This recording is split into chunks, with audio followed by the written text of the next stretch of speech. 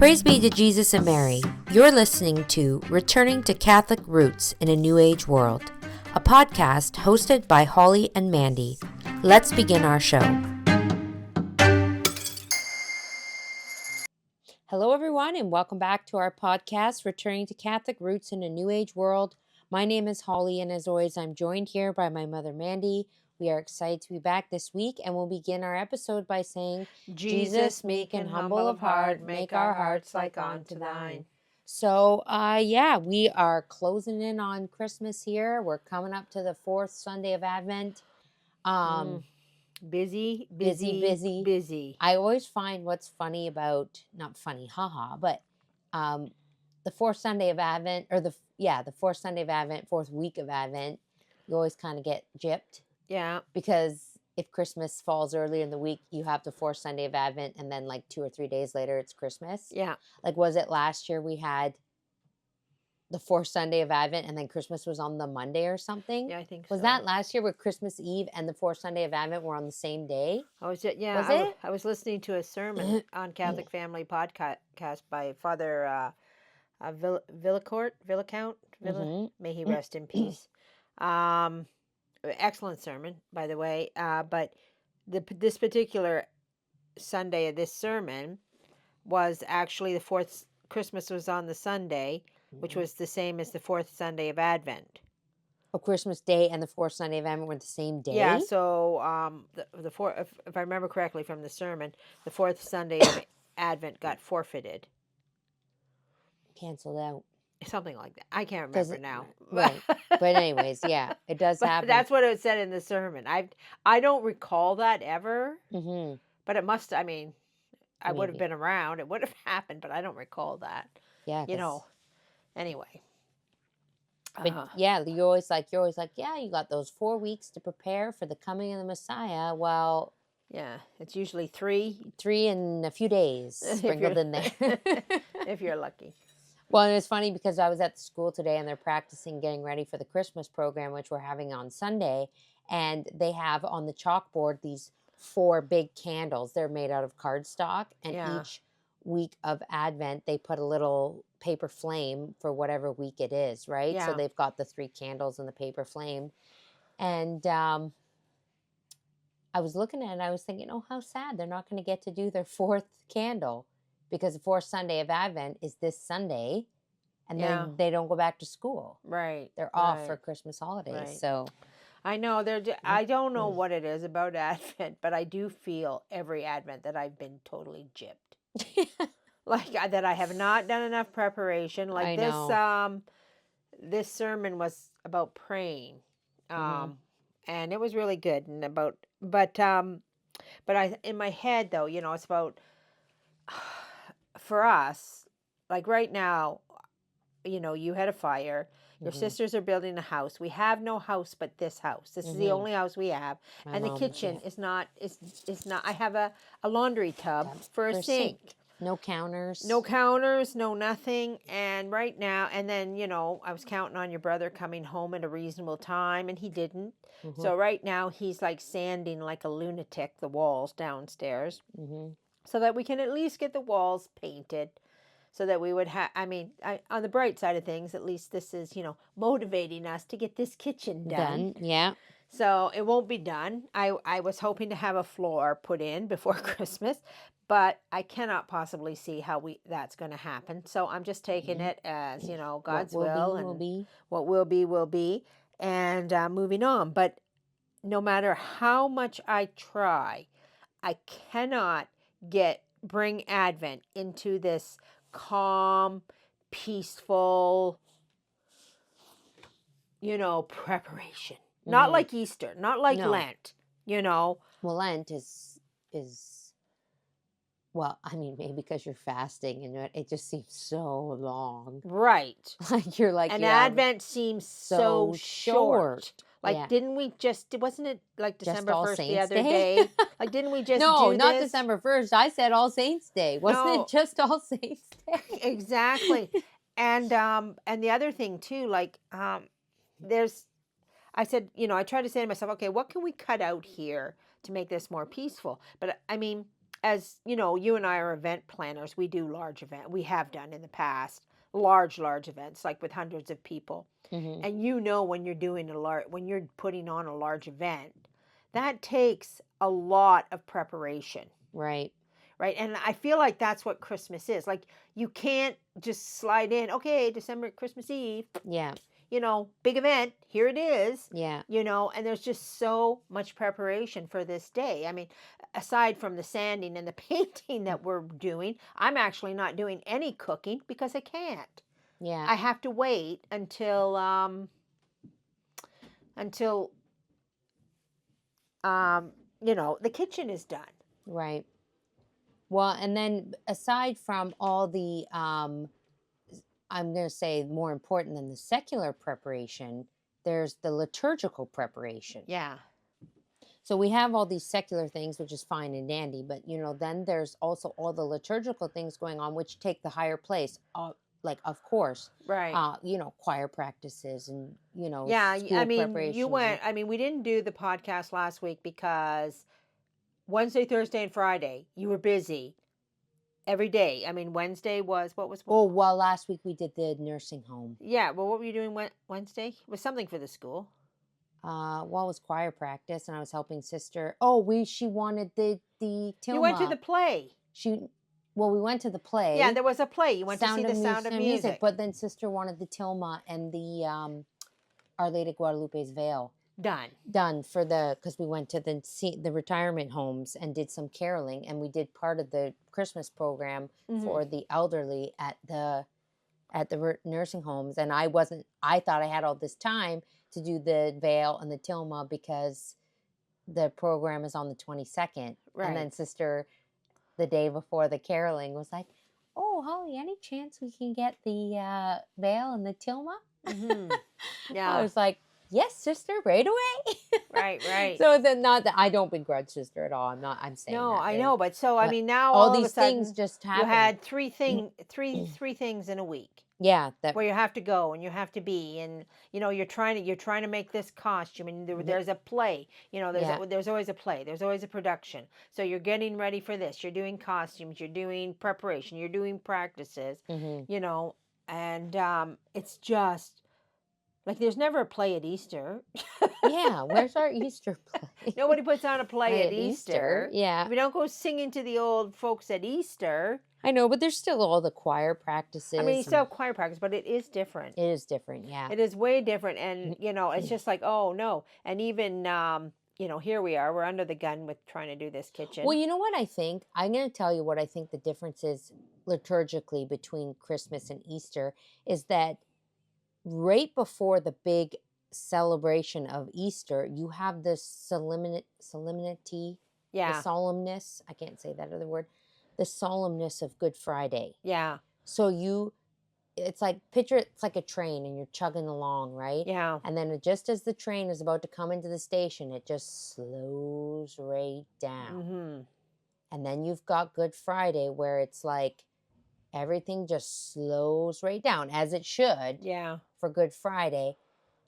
And then you have the big celebration. Right. Well, Christmas, there's no slowdown. There's no Advent, is just steady. Like, it's not, there's no, like, leading up to Christmas, there's no Good Friday. There's no solemn thing. Right.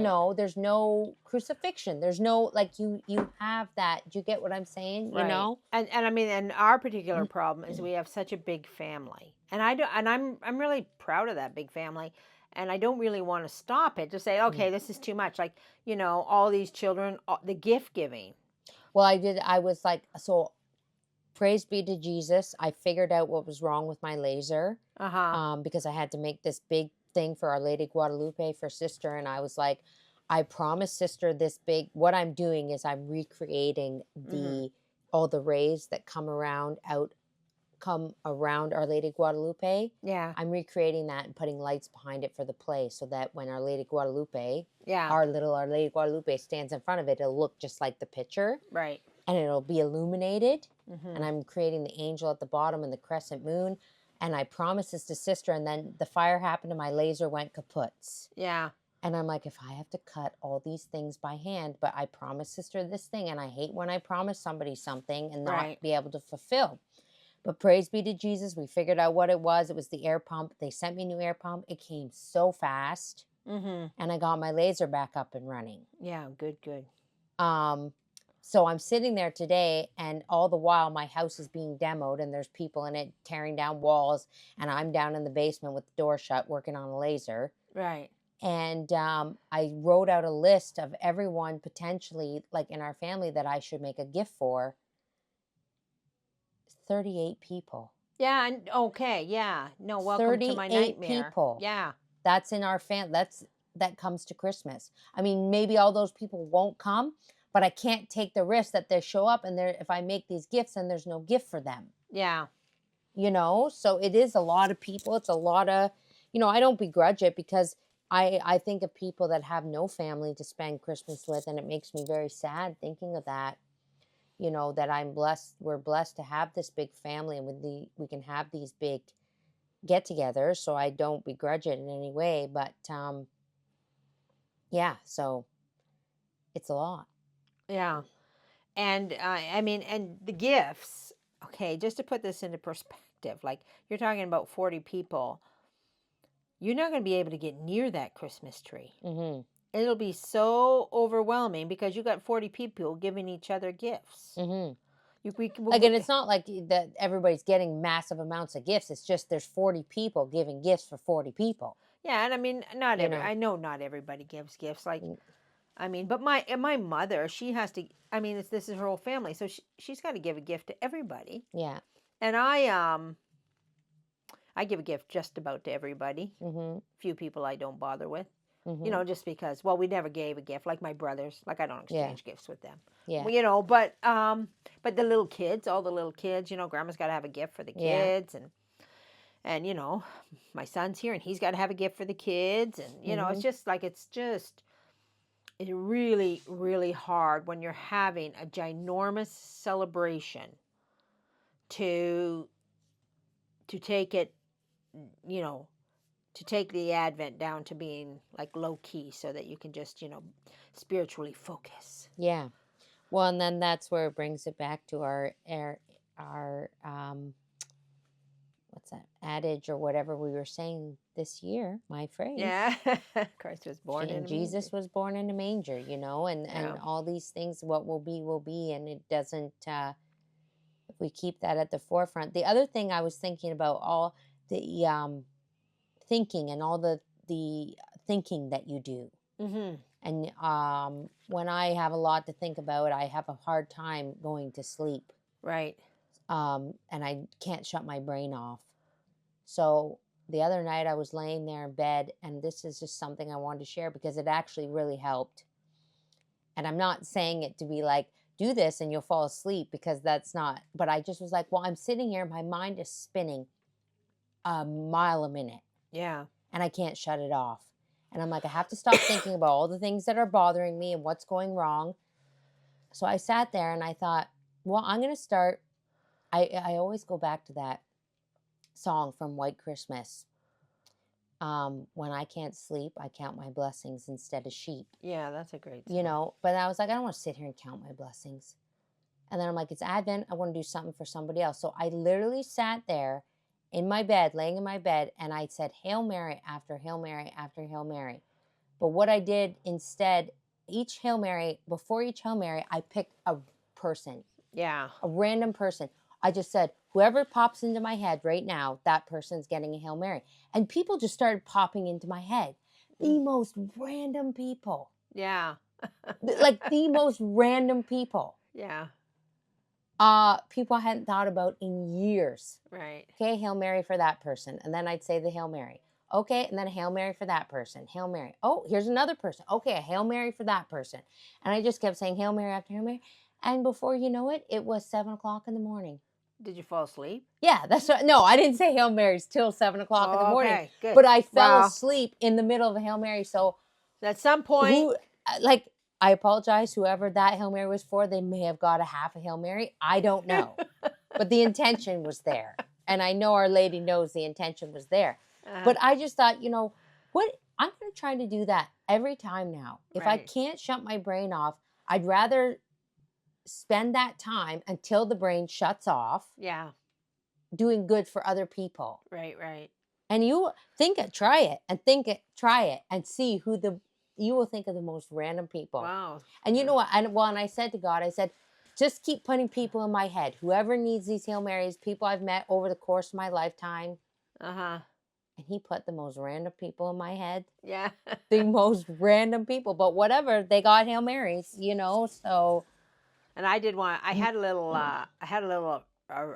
A day of real frustration. Mm-hmm. And I made a Facebook post about it. About I was getting a little saucy with people. Oh, yes. Yeah. Well, that was absolutely ridiculous. No, I but know. I mean the checkout. Well, I mean I should. Not everybody's my Facebook friends, so you wouldn't all read how saucy I was. Yeah. But I'm always trying to sell these cats on our Kijiji, which is where we sell things here in Like Canada. a Craigslist. Like a Craigslist. And every time somebody says, "Can you send more photos?" I have never sold a cat When they ask for more when photos. they ask for more photos, and they have you running around trying to get photos, Photos. and you're talking to somebody who's really inept at computer stuff. Like I don't even have a cell phone, so Right. to take more photos. So sometimes Like it's not like just click here and then send. She has to find somebody with a phone to get a picture of the cat. and it's always a ta-da. And I've never sold a cat, right? So I was just like, sometimes I ghost these people. Just If stop they, me. I started like, well, if you ask for more photos, I'm just ghosting you. Yeah. And I don't like that. I don't really like ghosting people because I think it's really rude. Yeah. But I don't know what to say. No. No, I'm not taking more No, photos. I'm not taking more photos. The four I have posted here are good enough. This is the cat. You either want it or you don't. Yeah. And anyway, so I got saucy with this, probably some little girl, Well, you did, because she said to me, well, all you had to do was say no. Oh, did she really? Because I said, no, I'm not taking, I'm not taking more photos of cats, because no one has ever bought a cat by me running around taking more photos. And anyway, but then I'm going to tell you what happened, though. I paid for that. Like, you cannot, and I knew it too. Like, I'm not a dum-dum, like, I know you can't get saucy, because if you get saucy, you pay for it. Yes. Like, we're supposed to be virtuous. Saucy doesn't fall under virtuous. Saucy doesn't cut the virtue part, Yeah. So when, your human nature goes, okay, I'm done with you people. Saucy it is, Well, you're your own worst enemy, like, we've said that. Yeah. I've seen the enemy and it is me. Yeah. I've seen the enemy and it is us. Yeah. Right? That's what we do with our sauciness. And, I still have that kitten. I have not had. I know, this poor lone kitten. I have taken because you were saucy. Because I said, this is because you were saucy. This is because you were saucy. Nobody's going to take this cat because you had to be saucy. I mean, yeah, Mom, you probably could have just said, actually, sorry, no, I don't have a phone, so it's a lot of work. Sorry. Yeah, I could have. These are the pictures I got. Oh, yeah. Where were you when I was being saucy? Well, I was probably hiding. You were in a mood. I'm just teasing. No, but it's the truth. It's the truth. Okay, but it is, look, it's hard because everybody knows your frustration. There's memes and reels about it and the Facebook marketplace selling and how ridiculous people are. Yeah. Like it's not unfounded, but I mean, just because, I'm going to say, this is where as Catholics we really need to shine, because just because something's not unfounded or something doesn't, sure, it may have warranted the saucy remark or whatever. Or maybe, and what I usually find is the people that do doesn't this make it right. Just want to see pictures of cats. Right. There's a lot of cat lurkers out there. You know, and but maybe this was a legit thing, and maybe they needed to see pictures of cats to make them feel better. So whatever. I mean, what I'm saying is we know as Catholics, there's never an excuse. There's never a good excuse to be it doesn't matter unvirtuous. how silly, or it doesn't benefit you, or any of these things. It doesn't matter. Like, you have to always be on your game. Yeah. You can't fall down to saucy. You can't say, well, I did that because this lady just wants to look at cats and waste my time. Yeah. Well, I guess. Right. No, we're You know? supposed to always be charitable and always be, and I know I've had those moments myself where I'm like, well, she deserved that. And then I was like, well, I remember our dear friend no. our friend Alexa, she had a problem once, and she came to me and she asked me, "What would you do about this?" And I was like, "Oh yeah, that stinks." Yeah. And I said, "Well, this is what I'd like to do, blah blah blah blah Blah, blah." blah. And then I go, "And then I remember I'm Catholic." Yes. I said, and then I say, "Okay, I can't do all of the above. Above. What We're going should to have to take a different route. we're going to have to take a different route?" And then I remember Remember, I'm I'm Catholic. Catholic. I don't get to behave like the others. Yeah, so I mean, this is the I mean, thing, you right? can. Well, you can all Here's the you thing. want, You can, but but like you said, you'll pay. there was a show. What you're doing is you listen. We can either continue the flow of graces or we can stop the flow of graces. Do you want to be the person that stops the flow of graces, or do you want to be the person that allows them to flow? Yeah, There's always two choices in every situation. You can be the grace flower, or you can be the one holding up the stop sign saying, nope, we've had enough of that today. I'm putting a stop to this right now. well, we just saw a video the other day of a person telling the whole world. It was a TikTok video about what a big bee she is. Yeah. And to be that to person. be that person. And it's just, I mean, it's ridiculous, and that's what the whole world thinks. Yeah. So yeah, you know what? That's what I'm going to do. I'm going to try to remember this little thing here. I mean, because I learn a lot from the podcast too myself. And the next time my situation arises, I'm going to try to picture myself holding up a stop sign. Yeah. Stopping the flow of grace. Stopping the flow of grace. And going, wait, maybe I better put this stop sign down.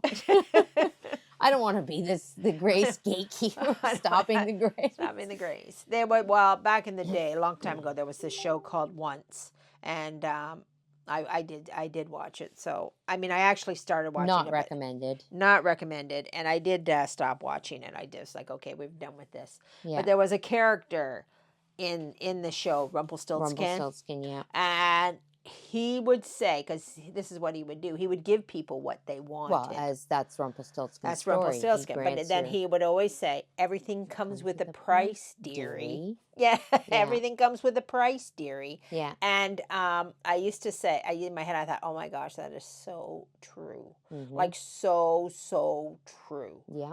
Everything does come with a price. If you're saucy, you're going to pay the price. You're going to look at a kitten forever. Yeah. Because you can't sell it. And we have now named that kitten Saucy. Saucy. No, I'm just kidding. But all these things we do comes with a price. So we can't sit back and say, I don't know why this is happening, or I don't know what is going on here, because we've done the things that haven't let the grace flow. I mean, well, and that's the thing too that I always try to remind myself too when I'm feeling down and you wake up in a pile of it, so to speak, and try to remind myself, why am I sitting in this pile of it? What have you done lately? Or what? Yeah. Where do you think this pile of it is coming from? Yeah. Because really, if you wake up in the midst of turmoil and chaos and destruction and nothing's going right, I'm going to say 9 times out of 10, it's a affliction or reflection of something you've done to cause it. Oh, yeah. You're not innocent. You're not innocent. And, all affliction comes directly from the hand of God. So whatever the affliction may be, whatever trial or tribulation we're suffering, there's a reason for it. Right. And then you can say, well, here in this moment, I'm going to handle this differently from now on. And I'm going to take the affliction and offer it up as some reparation for some sin I've caused in the past. I'm sure there are many. Yeah. That I could offer this up for. Yeah.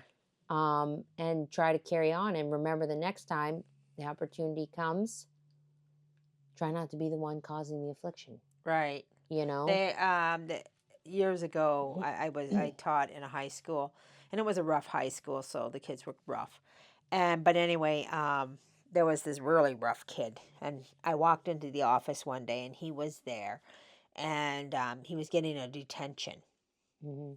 And he said, Mrs. D, that's what he called me. He said, I get a detention. And he said, he goes, they said I was smoking drugs out in the school. I was not smoking drugs. I was not. I'm innocent. And blah, blah, blah. He's going on like this, right, to me. And I'm going, I just looked at him. I go, well, how many times have you been out there not innocent and not gotten caught? Mm-hmm. And he just stopped and looked at me. And I said, well, I guess take the punishment for those times. What did he say? Nothing. He just, nobody talks to people like that. No, I know. So he just probably stopped. Stunned him right off his chair. So he just stopped, and I said, "You're not innocent. You're never innocent." Yeah. There's always something you can pay for. There's only one innocent person, and we crucified him. Yeah. Yeah. We are not innocent. None of us, and the Blessed Virgin. So we can't. Yeah. No. We have to take accountability for that. We have to take accountability, yeah. Mea culpa, mea maxima culpa. Like those words have to mean something to us. Mm-hmm.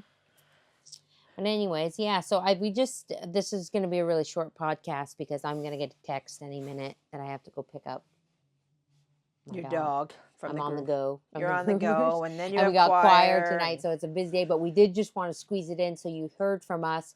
And because, next week is going to be, well, the day the podcast airs will be Boxing Day. Christmas Day is Wednesday, so you probably won't hear from us next week. Unless maybe my mom can find some time to squeeze it in Monday or Tuesday. Maybe. Next week? Oh, no, Probably it's not happening. Not happening. My mom's already saying I'm trying to figure out, my son's a bit of a perfectionist. Mm-hmm. So everything has to be perfect, and I'm kind of rushing him. Yeah. And I was like, okay, can we start painting if you're sanding down at that end? And he's like losing his mind at me. Yeah. So next week there'll be no podcast. So that's why. There'll be no podcast because I will be painting, sanding. I don't know what I'll be doing. I feel like all of you ladies and gentlemen, you're going to be busy too with Christmas and family and stuff. So, that's why we wanted to make sure we jumped on here, even just for a quick little podcast, just to say, that we hope that you all have a very blessed Merry Christmas. And because we probably won't see or won't hear from us until the following week when we are actually in Christmas and celebrating Christmas as us Catholics do. But this is a I'm not saying, I know we're not in the season of Christmas. We're still in But we are in the season of preparation. But we're in the season of preparation. And so I think the thing is there's so much preparation for such a big day, especially like we said with ours, when we have such it's a huge event, really. Right. And it takes a lot of preparation to put on an event. Yeah. But what we have to do is what that Father Villecount. Yeah. I don't have his name in front of me, and I can't remember it exactly. What he said, we have to not forget the prayer. The prayer. We have to, all this preparation for the big day, we cannot forget the preparation of our soul for that either. We have to squeeze it in there. We have to do double. That's all. Right. So yeah. So I guess we'll leave it there, and we're going to jump off now before I get this text and have to run. But again, just everybody that listens, thank you. Thank you all for your support and your comments, everything. And your prayers, too. And your prayers. We often get people saying they're praying for us, and that's great. We appreciate it so dearly. So, and we're praying for all of you, too. We're praying for all of you. Yeah, we are. All our listeners. And so I guess we probably won't be hearing from, or you won't be hearing from us again until probably 2025. Probably. 2025. Wow, that's weird. Really weird to say. But anyways, until then, again, we just want to wish you all a very Merry, blessed Christmas and a very blessed Happy New Year. And I guess you'll be hearing our wonderful voices again in 2025, God willing. So, God willing. Until then, may our Lord bless you and Our Lady guide you always. And Saint Teresa, pray for us.